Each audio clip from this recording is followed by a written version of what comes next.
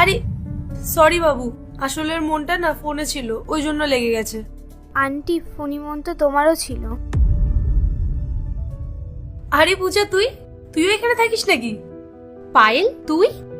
হ্যাঁ রে, আমি এখানেই থাকি, এই তো কালকে শিফট হয়েছি। তা বল, কেমন আছিস? আমি খুব ভালো আছি রে। এটা তোর মেয়ে নাকি? খুব মিষ্টি। Hi aunty. হ্যালো সোনা, এই দেখ পূজা, এটা আমার ছেলে। বাবু হ্যালো বলো আন্টিকে। রিক, রিক হ্যালো বলো আন্টিকে। Hi aunty. আচ্ছা ছাড় না, আজকালকার বাচ্চারা এরকম খুবই ব্যস্ত থাকে। তা বাবু, কেমন আছো? বাবু আন্টি কিছু জিজ্ঞেস করছে তোমাকে। রিক, পায়েল, বাদ দে না, তুই বল, তুই কেমন আছিস? ঘরে সব ঠিকঠাক তো?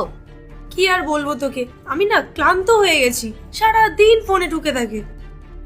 আরে ওটা কোনো ব্যাপার না, ছোট বাচ্চা তো, ওদের একটু বোঝাবি তাহলেই হবে।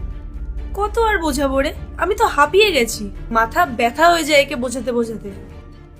আচ্ছা এসব বাদ দে, শোন না, তুই সন্ধ্যেবেলা আমাদের বাড়ি আয়, আরাম করে বসে গল্প করবো। কতদিন পর তোর সাথে দেখা হলো বলতো। হ্যাঁ রে, আমাদের কত দিন দেখা হয়নি, অনেক কথাও বলার আছে, অবশ্যই আসবো। আচ্ছা একটা কাজ করবি কিন্তু, ছেলেকে কিন্তু অবশ্যই নিয়ে আসবি। হ্যাঁ ঠিক আছে। বাবু যাবি তো সন্ধ্যাবেলায়? রিক, আচ্ছা ঠিক আছে, সন্ধ্যাবেলায় দেখা হচ্ছে। ঠিক আছে, আসলাম আমরা, চল।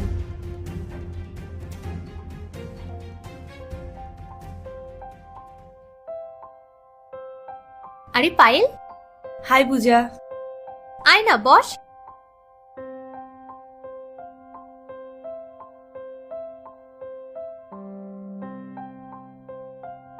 বাবু ফোনটা রাখো এবার।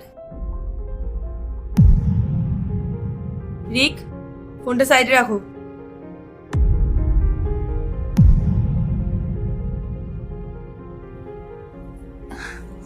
মা, তুমি রিককে নিয়ে যাও, নিয়ে গিয়ে তোমার যা যা খেলনা আছে সেগুলো দেখাও।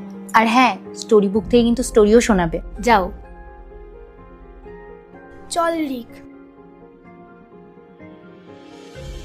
এই দেখ আমার স্টোরি বুক, এর মধ্যে অনেক স্টোরি রয়েছে, তুই পড়ে দেখ, তোর খুব মজা লাগবে।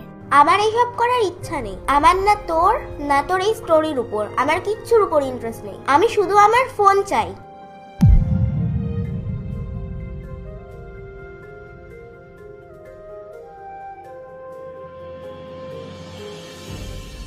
পূজা আমি তো ক্লান্ত হয়ে গেছি ওকে বোঝাতে বোঝাতে, সারা দিন শুধু ফোনে ঢুকে থাকে, কিছু বোঝাতে গেলেও বোঝে না।